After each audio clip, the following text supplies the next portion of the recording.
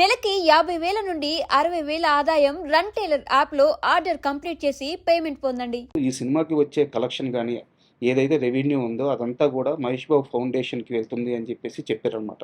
మీరు నిర్మాత. సో, ఇక్కడ వచ్చే రెవెన్యూ అటు పంపియడానికి కారణం ఏంటి సార్? కారణం ఏమీ లేదు. దీని మీద మేమేదో లాభం వస్తదనేది ఏమి ఎక్స్‌పెక్ట్ చేయట్లేదు ఇది. సార్, సినిమా బావుంటది. డెఫినిట్‌గా బాగా సక్సెస్ అవ్వాలి. సార్. మేజర్‌గా ఇది దాదాపు 2 సంవత్సరాల నుంచి అడుగుతున్నారు. ఓకే. ఏమంటే రీ రిలీజ్ చేస్తా ఉంటే అదండి, ఇదండి మీరు ఇవ్వాలండి. మాకు అవుట్‌లెట్లు ఇచ్చేయండి. మేము కొనుక్కొని మేము చేస్తాం. ఇది చాలా ఆఫర్‌లు వచ్చినాయి. సార్. తర్వాత చూద్దాం అంటే ఈ 2 ఏళ్ళు ఇట్లా పొలం చేసుకుంటూ వచ్చాం.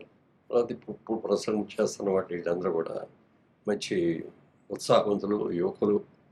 ఆల్రెడీ కొన్ని సినిమాలు తీసి సక్సెస్‌ఫుల్‌గా ఉన్నారు. చరిత్ర కూడా బాగుంది. సార్. ఇవన్నీ కూడా చూసిన తర్వాత సరే ఇద్దాం లేదనుకొని అప్పుడు ఒక వాళ్ళతో డిస్కషన్‌లోనే చెప్పాం. 20 ఏళ్ల క్రితం తీసిన సినిమా ఇది. అప్పటికి ఇప్పటికి టెక్నాలజీ చాలా అవును. మారిపోయింది. మరి అప్పటికి ఆ నెగెటివ్‌లు ఎలా ఉన్నాయో కూడా తెలీదు. మరి దీన్ని అప్‌గ్రేడ్ చేయాలి. ఇప్పుడున్న sound system, Dolby system upgrade చేయాలి. ఇవన్నీ చేయాలి కదా! చేస్తాము అండి టెక్నికల్‌గా. అంటే ఓకే అన్నారు వాళ్ళు. హ్మ్. ప్రసాద్ ల్యాబ్ దగ్గరికి వెళ్ళి ఇప్పుడు ఇందాక వచ్చింది అమ్మాయి, మా తమ్ముడు గారి అమ్మాయి ప్రియాంక. అవును సార్. ప్రియాంక బాధ్యత తీసుకుంది. ప్రియాంకకి బాగా నాలెడ్జ్ చాలా ఉంది. అమెరికాలో సినిమా ఇండస్ట్రీ గురించి చాలా, అంటే అక్కడ తను మాస్టర్స్ చేయడానికి వెళ్ళి సార్. ఒక 4 ఇయర్స్ అక్కడ సినిమాస్‌లో వర్క్ చేసింది. కాబట్టి దానికి టెక్నాలజీ గురించి బాగా తెలుసు, బిజినెస్ గురించి బాగా తెలుసు, అన్నీ కూడా తెలుసు. దీన్ని మనం ఒక లాభం అనేది ఏంటి అనేది మనం చూడొద్దు. హ్మ్. ఇందులో మనకు అక్కర్లేదు అసలు, లాభం కూడా ఏం అక్కర్లేదు.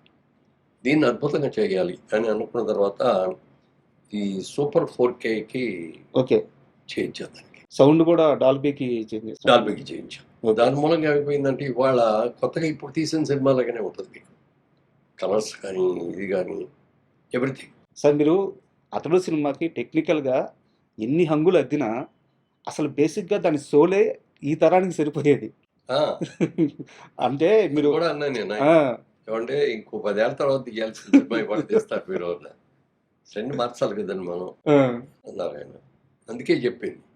మళ్ళీ మేము ఇంటర్ఫియర్ అయితే సార్. మళ్ళీ మాది ఓల్డ్ స్కూలు, ఫ్యామిలీ ఓరియంటెడ్ ఇట్లాగా ఉంటుంది.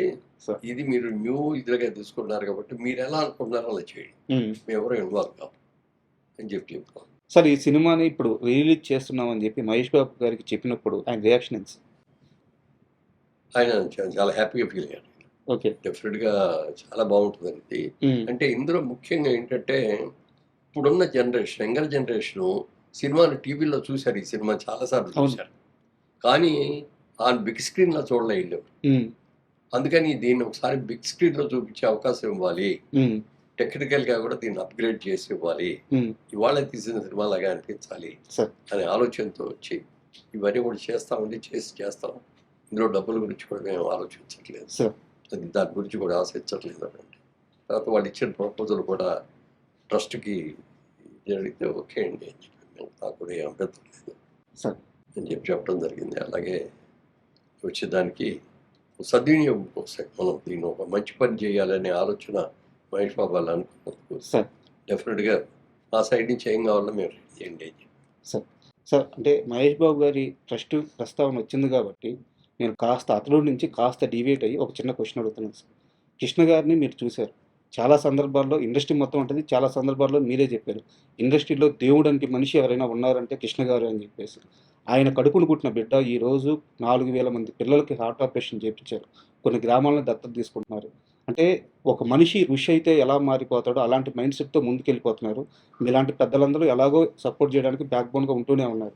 సో, 'మహేష్ బాబు' గారి ప్రస్థానం అంటే 'అతడు' సినిమా చేసినప్పుడు ఒక యంగ్‌స్టర్‌ని చూసుంటారు మీరు. ఈరోజు ఆయన జర్నీ శిఖరాగ్రంలో ఉంది.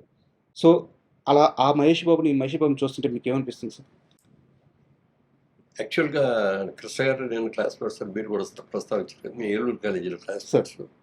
అప్పుడు ఇద్దరు కూడా కొంచెం అంటే కామ్‌గా, క్వైట్‌గా ఉండేవాళ్ళందరినీ ముందు బెంచ్‌లో కూర్చోబెట్టి అల్లరి బ్యాచ్‌ని వెనక కూర్చోబెట్టి ఓకే. ఆ విధంగా మీ ఇద్దరం పక్కన ఫస్ట్ బెంచ్‌లో కూర్చునేవాళ్ళం. మీ ఇద్దరు రాముడు ఆ! బుద్ధిమంతుడు. ఆ! ఇప్పుడు కూడా ఇద్దరు రాముడు బుద్ధిమంతుడు లాంటాడు ఇద్దరు కూడా. ఓకే. అల్లరి చేయటం గానీ, గొడవలు చేయటం గానీ, ఏదో విజిల్స్ చేయటం గానీ, లేపోతే అటెండెన్స్ అయిన తర్వాత మెల్లగా జారుకొని బయటకి పోవటం గానీ. ఓకే. ఎందుకంటే ఆ బ్యాచ్‌లు వేరు. హ్మ్. అందుకని ఆ బ్యాచ్ అందరూ వెనక కూర్చోబెట్టేవారు. ఓకే. అందుకని పర్ఫెక్ట్గా క్లాస్కి రావడం, క్లాస్లో కూర్చోవడం, చెప్పిన పాఠం పూర్తిగా వినటం, క్లాస్ అయ్యే వరకు కూడా వెళ్లకుండా బయటకి ఏదో యూరిన్ వెళ్తారండి అదేంటి ఇదండి అని మాటలు కూడా లేకుండా సార్. అవన్నీ కూడా పర్ఫెక్ట్గా చేసేవాళ్ళం అని చెప్పి అలాంటి వాళ్ళు ఒక 6-7 మందిని సెలెక్ట్ చేసుకొని మాకు ఇట్లా 2 వరుసలాగా ఉండేవి. సార్. ఒక వరుస బెంచీల్లో మేము ఉండేవాళ్ళం, నలుగురు, ఇంకో వరుస బెంచ్లో ఇంకో నలుగురు. ఓకే. అట్లా చాలా పర్ఫెక్ట్గా చేసాం. అప్పుడు అనేవాడు అనమాట ఆయనకి మొదట్లో కూడా ఆయనకి కూడా సినిమాకి అవ్వాలని లేదు, సార్. సినిమా యాక్టర్ అవ్వాలనే ఆలోచన అది కూడా ఏం లేదు. ఇప్పుడు కంటే చాలా అందంగా ఉండేవాడు. ఓకే. చాలా అసలు ముట్టుకుంటే మార్చిపోతాడేమో అని అంత కలర్లో ఉండేవాడు. మంచి జుట్టు, ఎక్సలెంట్ జుట్టు, నొక్కుడు జుట్టు లాగా ఉండేది. సార్. అట్లా ఉండేవాడు. చాలా తక్కువ మాట్లాడేవాడు. ఒకసారి అక్కినేని నాగేశ్వరరావు గారు వచ్చారు అక్కడికి. నాగేశ్వరరావు గారు 60 సంవత్సరాల ఫంక్షన్ సార్. వజ్రోత్సవం చేశారు. ఆయన 60 సినిమాలు రిలీజ్ అయిన తర్వాత అది వచ్చినప్పుడు మా ఏలూరు కాలేజీలో గెస్ట్కి వచ్చాడు. ఓకే. అందరూ వెళ్ళి కూర్చున్నారు. అయిన తర్వాత ఆయన మాట్లాడేశారు, అందరూ సపాట్లు కొట్టాము. తర్వాత వెళ్ళిపోయేటప్పుడు ఎవరికి వాళ్ళే వెళ్ళిపోయి సార్ ఆటోగ్రాఫ్ రకరకాలుగా ఆటోగ్రాఫ్లు అయ్యేది చేశారు. ఓకే. చేసిన తర్వాత కృష్ణ గారికి ఆలోచన వచ్చింది, సినిమా యాక్టర్ అవ్వబట్టి కదా ఇంత క్రేజ్ వచ్చింది, ఇంత వచ్చింది, ఓకే, మనం కూడా ఎందుకు అవ్వకూడదు అనే ఆలోచన మొట్టమొదటిగా అక్కడికి వచ్చి ఆయన ఎక్స్పెక్ట్ చేశాడు. సినిమా యాక్టర్ అయితే బాగుంది, నాకు కూడా అవ్వాలి ఉంది అని. ఇప్పుడుగా నీ పర్సనాలిటీకి నీ అందరికీ డెఫినెట్గా మంచిగా అవుతుంది. ఆ టైంలోనే కొల్లేటి కాపురంని మన డైరెక్టర్ తిలక్ గారు, ఓకే, తిలక్ గారు ఎడిటర్, మంచి ఎడిటర్ అయినా ఎడిటర్గా డైరెక్టర్ కూడా అయ్యాడు. కొన్ని సినిమాలు చేశాడు, మంచి సినిమాలు. రైటర్ రైటింగ్ కూడా చాలా బాగుంటాయి ఆయన పాత సినిమాల్లో. అవును, ఆయన చాలా మంచి సినిమాలు చేశాడు. ఉయ్యాల జంపాల ఇవన్నీ కూడా చాలా మంచి సినిమాలు చేశాడు. ఆయన ఒకసారి కొల్లేటి కాపురం రిలీజ్ సందర్భంగా ఏలూరు కాలేజీకి వచ్చాడు ఆయన కూడా. ఓకే. వచ్చినప్పుడు ఇది చూశాడు. చూసిన తర్వాత పిలిచి ఏంటి సినిమాలో యాక్ట్ చేస్తావా అంటే చేస్తానండి అని ఆయన పిలిచాడు. అడిగాడు. ఓకే. అంటే మంచి చూడటానికి చూడగానే అట్రాక్టివ్గా ఉంటాడు చాలా. పిలిచి అడిగాడు, సినిమాలో ఇంట్రెస్ట్ ఉందంటే ఉందండి అన్నాడు. సరే అయితే ఇప్పుడు నా సినిమా అయిపోయింది, మళ్ళీ కొత్త సినిమా మొదలు పెట్టడానికి ఇంకా టైం పడుతుంది, నువ్వు ఇప్పుడు ఫైనల్ ఇయర్లో ఉన్నావు కదా, నువ్వు చదువు పూర్తి చేసుకొని నువ్వు నాకు ఫోన్ చేయని నెంబర్ అయ్యని ఇచ్చాడు. ఓకే. ఇచ్చే ఈయన తర్వాత చేశాడు, వచ్చేయమన్నాడు ఆయన. ఆయన వెళ్ళేటప్పటికి ఈయన సినిమా ఇంకా అప్పుడు కూడా రెడీ అవ్వాల. అందుకని బయట ఏమన్నా ట్రయల్స్ ఉంటాయి చేసుకుంటా ఉండు, నువ్వు నాటకాల్లో లేదు కాబట్టి నాటకాలు వేస్తూ ఉండు అని చెప్పి సోమన్ బాబు గారు, కృష్ణ గారు, ఇంకా బ్యాచ్ ఉన్నారు కొంతమంది, వాళ్ళందరూ నాటకాలు చేసేవారు మెడ్రాస్లో. క్రాంతి కుమార్ గారు కూడా మీ బ్యాచ్ అనుకుంటా. క్రాంతి కుమార్ గారు కూడా బాగా, క్రాంతి కుమార్ గారు మా బ్యాచ్. ఇప్పుడు విజయేంద్ర ప్రసాద్ గారు, రాజమౌళి గారు ఆయన మా బ్యాచ్. తర్వాత ముఖర్జీ గారు అని ఒక ఆయన ప్రొడ్యూసర్, సమత ఆర్ట్స్ ఆయన, చటర్జీ గారు, వీళ్ళందరూ కూడా మా కాలేజీ వాళ్ళు. సరే అనుకున్నట్టుగా ముందు సక్సెస్ కాలేదు, యాక్టర్గా ఏమి విషయం రాలేదు.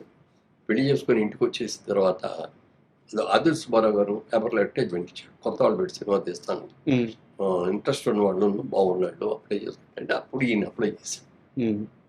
దానికి ఇంటర్వ్యూకి పిలిచారు, చూసారు, సెలెక్ట్ చేశాను. పేరు మనసు అలా యాక్టర్ అయ్యాడు. నేను బాగా ఆయన ఏదైనా రిలీజ్కి వస్తే, విజయవాడ వస్తే ఫోన్ చేసేవారు, నేను కలుస్తూ ఉండేవాడిని. తర్వాత మా బిజినెస్ కోసం నేను కోయంబత్తూరు వెళ్ళాల్సి వస్తూ ఉండేది. కోయంబత్తూరు తిరిగి వచ్చినప్పుడు మెడ్రాస్లో ఒక రోజు ఆగిపోయి నేను కృష్ణ గారిని కలుసుకొని అక్కడ ఆయన ఆ రోజంతా గడిపి ఆ రోజు రాత్రి మెయిల్కి వెళ్ళి కొన్ని అలా చాలా మంచి సినిమాలు వస్తున్నాయి, తీస్తాను అన్నీ చెప్పేవాడు, డెవలప్మెంట్ అయ్యేది. అలాంటి వ్యక్తి స్వయం శక్తితో వచ్చాడు. వెనక వాళ్ళ బ్యాక్గ్రౌండ్ ఎవరు ఉండి చేసింది ఇది కాకుండా స్వయం శక్తితో వచ్చాడు. ఆ గుండుగేర్ సినిమాతోటి ఒకసారి 116 తోటి అసలు ఎక్కడికి సినిమా రిలీజ్ అయిన తర్వాత ఒక్కసారిగా 15 సినిమాలు 18 వచ్చింది. అక్కడి నుంచి అంత చేశాడు. ఇవన్నీ ఇప్పుడు మహేష్ బాబుకి వచ్చేటప్పటికి కృష్ణ గారి అబ్బాయి, బిగినింగ్ లో అంతా కృష్ణ గారి అబ్బాయి లెగసీ ఉంది కదా, అది ఒకటి బాగా హెల్ప్ చేసింది. తర్వాత ఇతనికి బాగా ఇంట్రెస్ట్ అని చెప్పి యంగ్ హీరో చిన్నప్పటి నుంచి కూడా క్యారెక్టర్ చేశాడు. మేము ముగ్గురు కలిపి ఒక సినిమా కూడా చేసాం, సినిమా పేరు గుర్తులేదు నాకు, బ్రదర్స్ లాగా చేసాం. అందులో కూడా ఫైట్స్ గీట్స్ ఇవన్నీ కూడా చేశాం. అప్పుడు అనుకున్నాం మహేష్ బాబు కూడా చాలా పెద్ద యాక్టర్ అయిపోతాడు, కృష్ణ గారు లాగా పెద్ద యాక్టర్ అవుతాడు అని ఊహించాం. అందుకంటే కూడా ఎక్కువగా కృష్ణ గారు అనేవారు సార్ ఆ టైంలో? కృష్ణ గారి బాగా కాన్ఫిడెన్స్, ఓకే. మంచి యాక్టర్ అవుతాడు వీడు. హ్మ్. అంటే రమేష్ ముందయ్యాడు, అవును. రమేష్ అయ్యాడు కూడా ఇంకా